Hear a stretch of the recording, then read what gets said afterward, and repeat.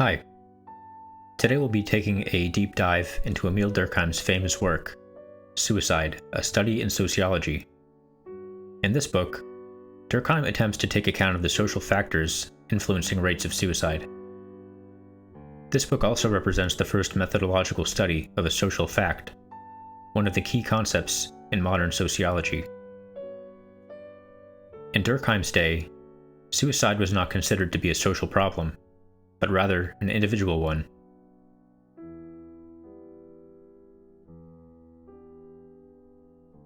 In his analysis, Durkheim rejects this notion. By studying suicide at the population level, he provides a compelling argument that suicide is best thought of as a social and cultural pathology. But before we get too into the thick of it, let's briefly orient ourselves with some interesting details concerning Durkheim's personal life and the social environment in which he worked.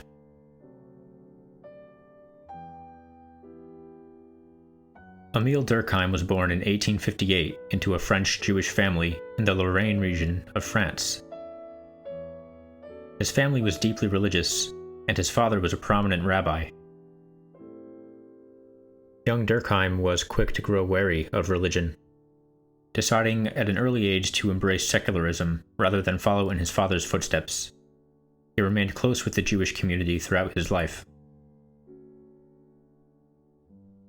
Durkheim entered university in 1879. Many of his classmates, such as Henri Bergson, went on to become major figures in France's intellectual history. It was here that he became familiar with the work of Auguste Comte, who deeply influenced Durkheim's methodological approach. Like the other classical sociologists, Durkheim lived in a transformative period marked by the aftermath of the Industrial Revolution, the rise of capitalism, urbanization, and secularization. These changes had profound effects on social life and were significant influences on Durkheim's work. The rise of modernity created within him a deep preoccupation with social integration, as old norms and traditions unraveled before his eyes. Durkheim was perhaps sociologists' early disciplinary champion. He dedicated his life to justifying the need for a science of society. But by the end of his life, World War I had broken out. Durkheim, a secular Jew who had long been an opponent of nationalism, was increasingly harassed and targeted by members of the French right. 2 years after losing his son to the war effort, he collapsed from a stroke and died in Paris in 1917.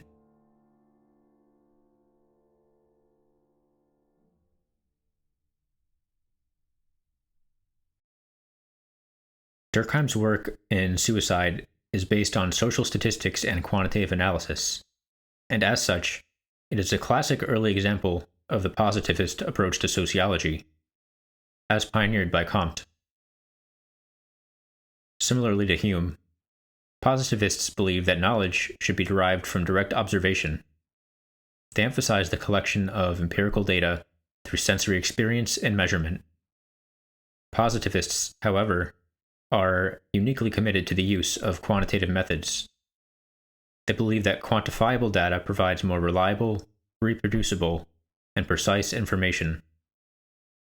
Furthermore, the positivist approach to sociology strives for objectivity, aiming to eliminate personal bias and subjective interpretation.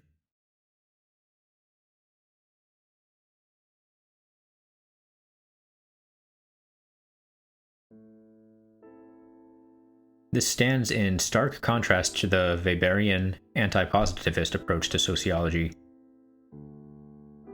Anti-positivists like Weber challenge the idea of objectivity in scientific inquiry, arguing that the observer's perspective, values, and biases inevitably shape the process of knowledge production and must be considered.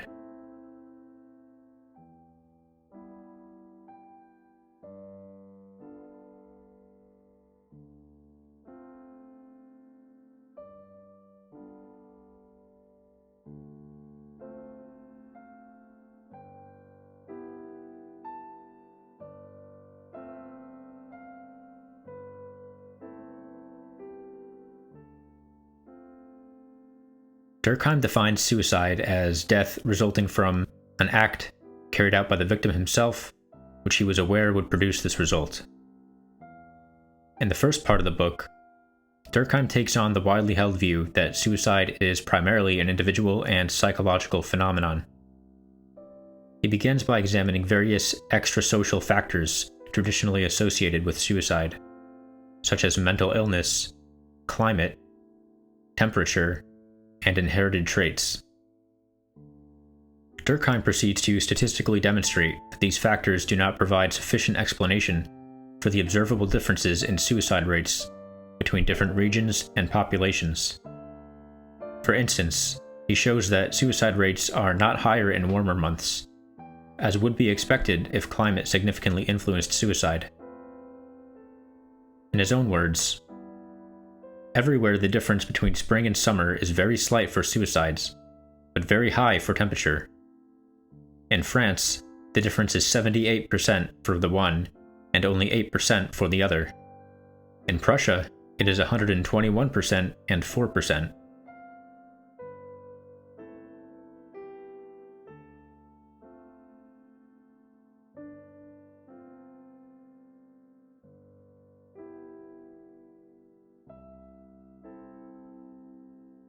Durkheim's point here isn't to say that none of these extrasocial factors matter.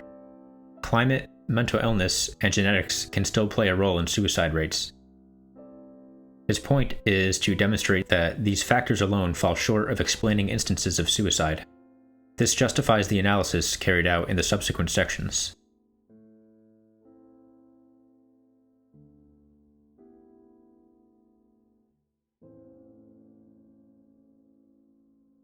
In Part 2, titled Social Causes and Social Types, Durkheim moves beyond refuting the extrasocial factors of suicide and introduces the crux of his argument, that suicide is primarily a social phenomenon.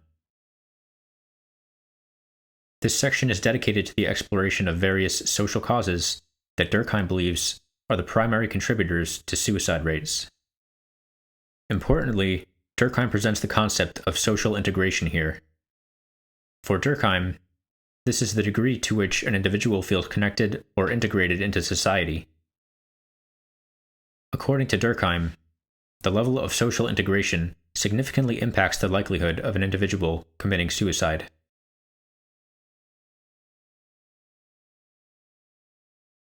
But if this is true, it should follow that being part of a religious, family, or political community could serve as a deterrent against suicide.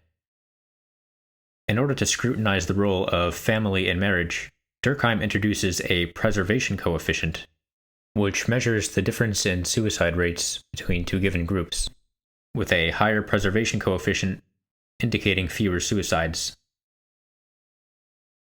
For example, the coefficient reveals that, in France, men benefited more from marriage in terms of lower suicide rates, while women's suicide rates increased. As Durkheim put it, in France, it is men who are in the favorable position, and the difference between the sexes is considerable.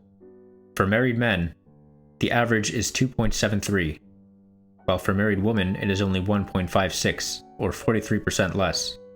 But in Oldenburg, the opposite is true. We shall say, therefore, that the sex enjoying the higher coefficient of preservation in the state of marriage varies from society to society. Similarly, Durkheim finds that periods of war, which often result in increased societal integration due to shared objectives, correlate with lower suicide rates.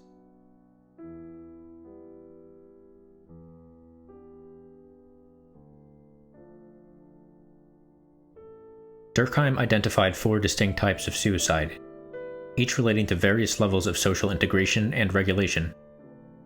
These are egotistic, altruistic, anomic, and fatalistic suicides. Egotistic suicide pertains to situations where the individual feels detached or insufficiently integrated into society. In Durkheim's view, depression arises from excessive individualism. Egotism is a cause of suicide, as the individual's level of self-absorption keeps him distant and isolated from others. Conversely, altruistic suicide is associated with exceptionally high integration, where individual desires are overshadowed or supplanted entirely by social norms and expectations. In this case, suicide is likely to be seen as a sacrifice for the community. In Durkheim's usage, anomie refers to a state of society where normative regulations are absent or weak.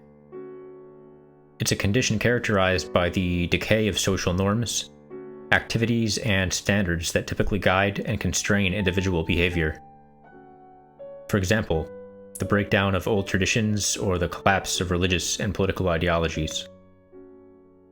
Anomie can occur during times of serious social, economic, or political upheaval, when rapid change disrupts the established social order.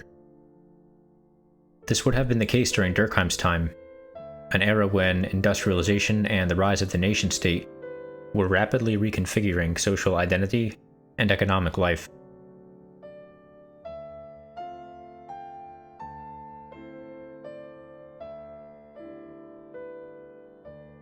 A good historical example of this might be the Great Depression. The suicide rate in the United States increased from 17 per 100,000 people in 1929 to 21 per 100,000 people in 1932, at the peak of the country's crisis.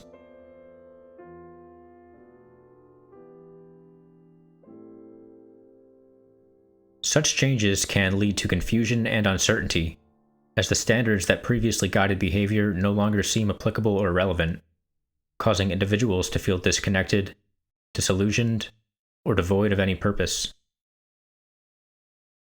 Durkheim's concept of anomie is a bit similar to Weber's metaphorical representation of modernity as an iron cage. The concepts are analytically different, but I think they were kind of hitting at the same vibe. Though much less emphasized and embellished upon, Durkheim's fourth type, fatalistic suicide, accounts for circumstances of extreme social regulation, where oppressive rules drive individuals towards suicide. A lot of really great fictional explorations of the anomic state can be found in the literature of post-war Japan, where acclaimed novelists like Osamu Dazai and Yukio Mishima grappled with the devastating social and emotional fallout of the catastrophic collapse of the Japanese Empire and its fading aristocracy.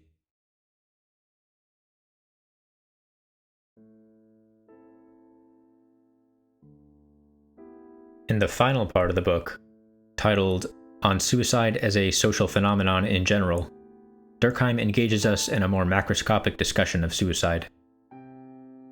Durkheim argues that the propensity to commit suicide is not uniformly distributed throughout society, but is instead a property of certain social environments. He points to the consistency of suicide rates within each different social group over time as evidence of this claim. In Durkheim's framework, every society possesses a natural aptitude for suicide, contingent upon its insufficient or excessive degree of social integration or regulation.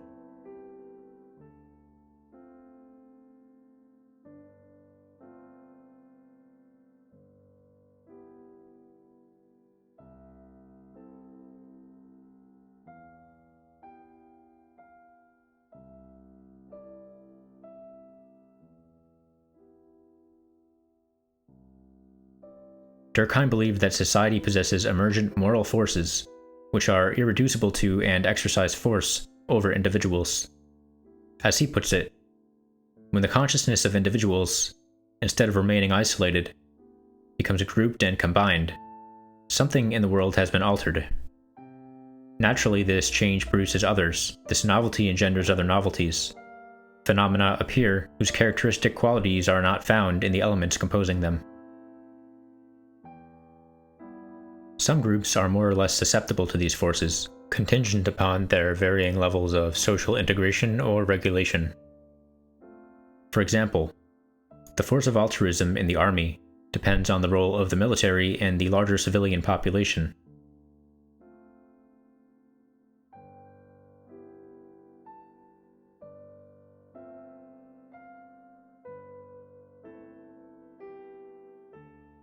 One thing you have to admire about Durkheim was that he didn't stop at merely describing and analyzing the social world. He also used his perspective to imagine a better future. For Durkheim, the rapid rise in suicides during the industrial period was the result of an increasingly broken society. This problem could only be addressed by building a more socially integrated society. In particular, Durkheim suggested that decentralized occupational groups might have the ability to rescue egotistic and anomic individuals. These groups should be granted the responsibility of providing for the welfare of their members, including things such as pensions, insurance, and the regulation of working conditions. But most importantly, these groups would have a strong, integrative, moral influence over their constituents.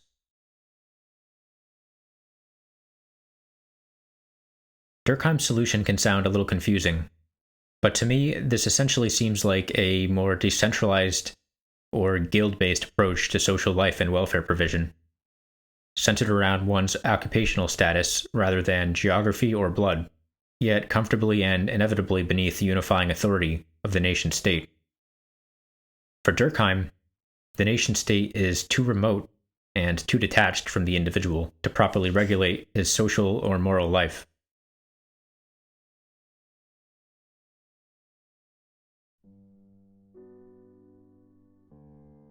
The key takeaway from Durkheim's study of suicide is that suicide is a social fact. In social theory, social facts are values, cultural norms, and social structures that transcend the individual and exercise control over them. Sociology might just be described as the study of social facts. Some other examples of social facts include marriage, laws, religious beliefs, and economic systems.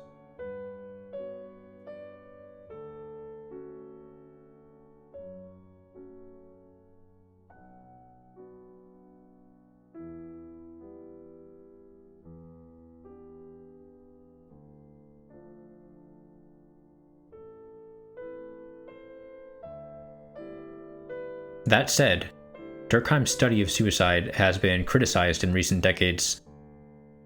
It has been argued that his differences reported in suicide rates between Catholics and Protestants could potentially be explained entirely in terms of how these two groups record and classify deaths.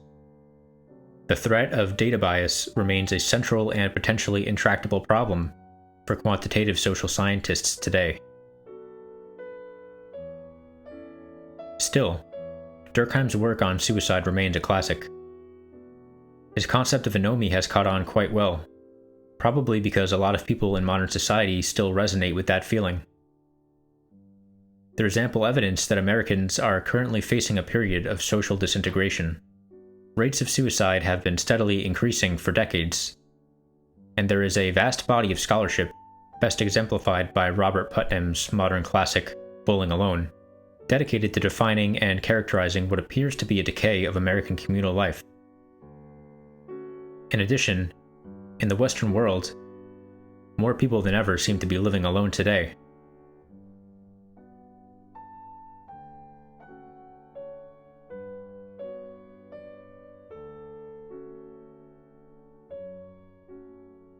All in all, this book is social science in its best form. Highly focused, empirically grounded, and oriented towards both defining a real problem as well as imagining potential solutions to it. By characterizing suicide as a social problem, Durkheim helps us imagine a closer society where tragedy can be less frequent.